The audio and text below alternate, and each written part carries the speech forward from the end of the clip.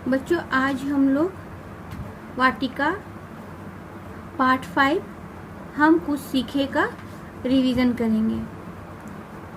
हम कुछ सीखे ये कविता है और इसके लेखक जो हैं गोपाल कृष्ण कौल जी हैं। तो इस कविता में गोपाल जी बोलते हैं कि देश हमें देता है सब कुछ, हम भी तो कुछ देना सीखें।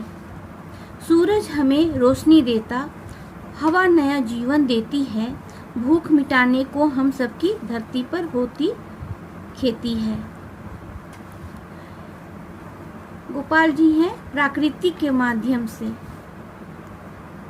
हमें बतलाते हैं कि देश जो है हमें सब कुछ देता है।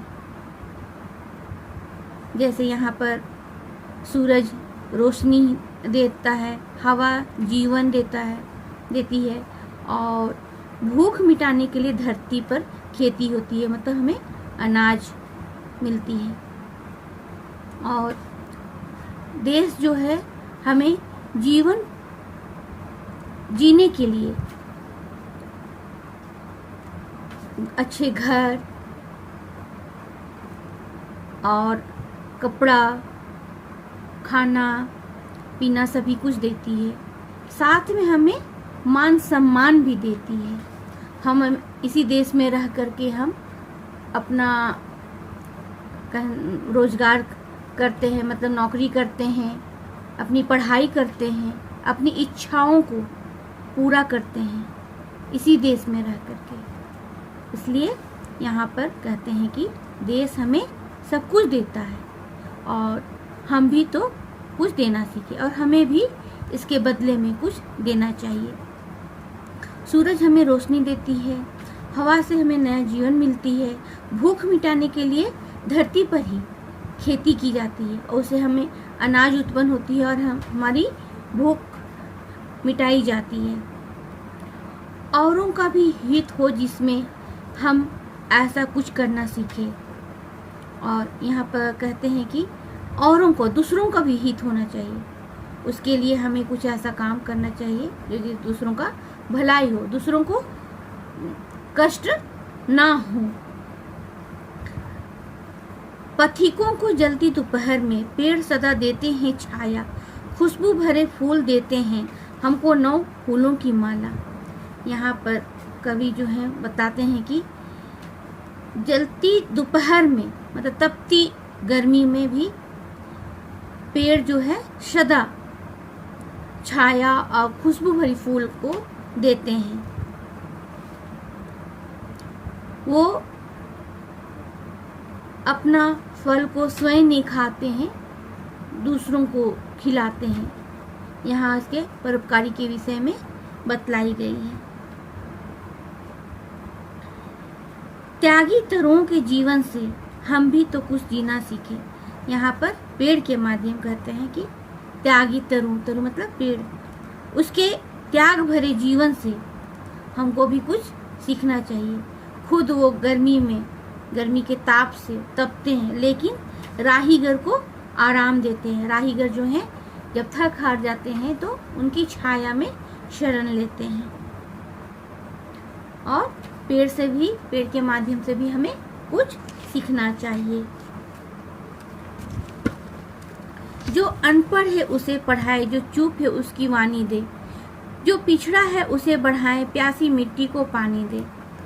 यहाँ पर कवि कहते हैं कि जो पढ़े लिखे नहीं हैं, अनपढ़ हैं, उसको हम लोगों को पढ़ाना है और आगे बढ़ाना है। जो चुप हैं उसको वाणी दे, और जो चुपचाप हैं, जो बोलने नहीं जानते हैं, जो न्याय के लिए नहीं लड़ते हैं, डरते हैं, उसके लिए हम लोगों को आवाज उठाना है। जो पिछड़ा है उसे बढ़ाना है, जो पिछड़े वर्ग हैं, जाति के हैं, जो पिछड़े हुए हैं, जो कमजोर हैं, उन सबको हम लोगों को सहायता करना है और आगे बढ़ाना। प्यासी मिट्टी को पानी दे। यहाँ प्यासी मिट्टी का कहने का तात्पर्य यह है कि धरती में पानी देना है और जितने भी फूल फल सब हैं उनको उपजाना है, क्योंकि उसी उपज से हमारी जीविका है। और धरती में हरियाली को फैलाना है। हम मेहनत के दीप जलाकर नया उजाला करना सीखें और हमें परिश्रम कर मेहनत का दीप जलाना है और एक नई रोशनी की ओर जाना है और नए उजाला को फैलाना है।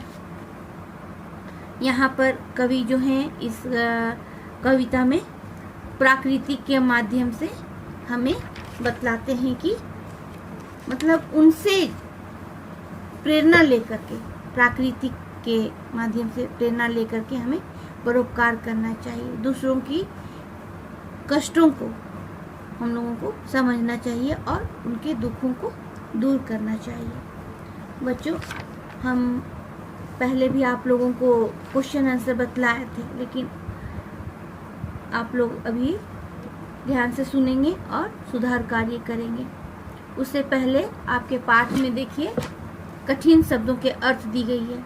इसको आप लोग 2 बार करके अपनी हिंदी कॉपी में लिखेंगे। क्वेश्चन है, देश हमें क्या देता है?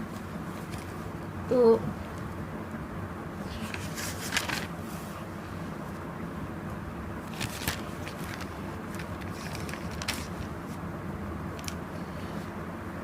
ध्यान से सुनिएगा। देश हमें सूरज, हवा, धरती, जल एवं अनाज देती है, अर्थात जीवन जीने के लिए जिन चीजों की आवश्यकता होती है इसी देश से मिलती है। हमें नया जीवन कौन देता है? हमें नया जीवन हवा देती है। दोपहर में छाया कौन देती है? दोपहर में छाया पेड़ देती है। तरुओं को त्यागी क्यों कहा गया है? तरु मतलब पेड़ खुद धूप में तप कर हमें फल फूल एवं छाया देता है, इसलिए तरुओं को त्यागी कहा गया है। देश की सेवा करने के लिए कवि ने क्या सुझाव दिए हैं? देश की सेवा करने के लिए कवि प्राकृतिक से प्रेरणा लेकर अपना जीवन परोपकार में लगाने का सुझाव दिए हैं। अब हम लोग लिखित प्रश्न पंक्ति पूरा कीजिए, इसको देखेंगे। तो ये जो पंक्ति है आप लोग अपनी पाठ की सहायता से खुद भरेंगे। यहाँ पर दी गई है, देखिए हमें रोशनी देता, कौन रोशनी देता? सूरज। पर होती है खेती, धरती पर होती है खेती। तो इस प्रकार आप लोग इस क्वेश्चन को, ये रिक्त स्थानों को कविता के माध्यम से खोज करके आप लोग लिखिएगा। दूसरा क्वेश्चन है, हम किस प्रकार सूरज, हवा, धरती, पेड़ आदि का लाभ उठाते हैं?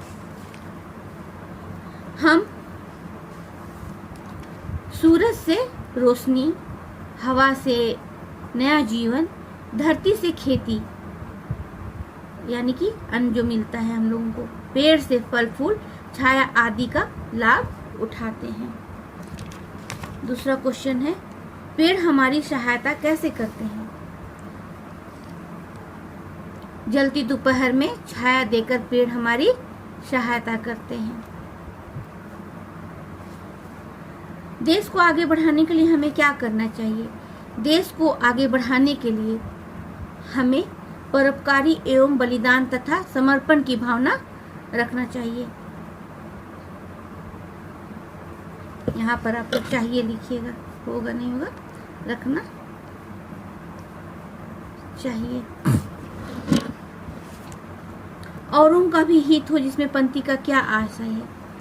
औरों का भी हित हो, जिसमें पंक्ति का यह आशय है कि हमें वैसे काम करना चाहिए जिससे दूसरों को लाभ हो, कष्ट ना हो। हम नया उजाला किस प्रकार कर सकते हैं? हम मेहनत का दीप जलाकर नया उजाला कर सकते हैं।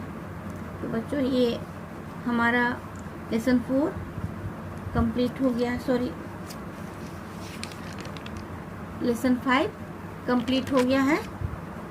नेक्स्ट वीडियो में हम लोग लेसन 3 पढ़ेंगे। आपका सिलेबस के अनुसार फर्स्ट टर्म एग्जाम में 3 पाठ आ रहा है, 3, 4 एंड 5।